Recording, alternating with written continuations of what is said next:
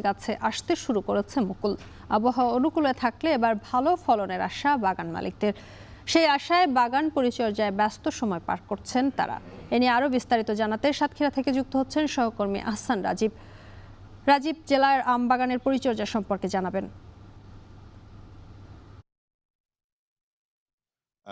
সাতক্ষীরায় কিন্তু যে বসন্তের আগমনী বার্তা সেটি অনেকটা এখন প্রকৃতিতে দেখা যাচ্ছে। বিশেষ করে ক্যালেন্ডারে কিন্তু এখনো আ বসন্ত শুরু হয়নি। তবে সাতক্ষীরার যে আম বাগানগুলো রয়েছে সেই এলাকাগুলোতে আসলে কিন্তু এখন দেখা যাচ্ছে যে আমের যে গাছগুলো রয়েছে প্রত্যেকটি গাছেই কিন্তু আমের যে মুকুল সেটি আসতে শুরু করেছে এবং বিশেষ করে এখানকার যে ৫,০০০ এরও বেশি আম বাগান রয়েছে প্রত্যেকটি আম বাগানেই কিন্তু আমরা দেখেছি যে মোটামুটি যে বাগানের গাছগুলো রয়েছে সবগুলো গাছেই কিন্তু মুকুল আসতে শুরু করেছে। এখানকার কৃষকরা যারা রয়েছেন, যারা আম চাষ করে থাকেন তারা বলছিলেন যে এবছর আবহাওয়া অনুকূলে থাকায় একটু আগাম কিন্তু এই মুকুলটি আসতে শুরু করেছে। প্রতি বছরই ফেব্রুয়ারি মাসের দিকে মূলত এই মুকুলটি আসে। তবে এবার কিন্তু কিছুটা আগেই আসতে শুরু করে। জানুয়ারি মাসের শেষ দিকে কিন্তু এই মুকুলটি আসতে শুরু করে এবং তারা বলছেন যে গত বছরের তুলনায় শীত এবার কিছুটা আ আগাম শেষ হওয়ার পথে, যে কারণে মূলত এই মুকুলটি আসতে শুরু করেছে এবং এখানে তারা যে বাগানগুলো রয়েছে সেগুলো কিন্তু পরিচর্যার কাজ ইতিমধ্যে শুরু করেছেন। কারণ এই জেলায় প্রায়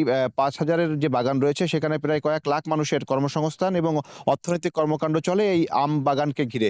প্রতি বছর কিন্তু বাজারে এই আমটি বাজারে উঠতে শুরু করে। বিশেষ করে আবহাওয়াগত কারণে সাতক্ষীরার আম কিন্তু বাজারে আগাম পাকতে শুরু করে এবং আগাম বাজারে যায়। সেই জন্যই তারা এই বাগানগুলো এখন প্রস্তুতি করছেন এবং এই বাগান পরিচর্যার ক্ষেত্রে তারা কিন্তু কৃষি বিভাগের পরামর্শ নিচ্ছেন। কৃষি বিভাগ থেকে জানানো হয়েছে এবছর ৪,১১৮ হেক্টর জমিতে কিন্তু আম বাগান রয়েছে জেলার। সেই আম বাগানগুলোতে কিন্তু আমের গাছ যেগুলো রয়েছে সেগুলো পরিচর্যার জন্য কৃষকদের তারা পরামর্শ দিচ্ছেন। এবছরও বিদেশে আম রপ্তানি হওয়ার যে কথাটি রয়েছে সেই সম্ভাবনাটি রয়েছে। সেই বাগানের সংখ্যা প্রায় ৩০০টি বাগান রয়েছে যে বাগানের আমগুলো বিদেশে রপ্তানি হয়ে থাকে। সেই বাগানগুলোও কিন্তু বিশেষভাবে পরিচর্যা করা হচ্ছে। কারণ এই বাগানগুলো শুরু থেকেই কিন্তু মনিটরিং করে থাকে কৃষি বিভাগের কর্মকর্তারা।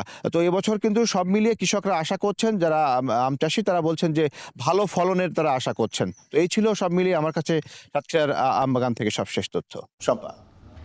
সাতক্ষীরা থেকে আম বাগানের পরিচর্যা সম্পর্কে জানাচ্ছিলেন সহকর্মী আহসান রাজীব।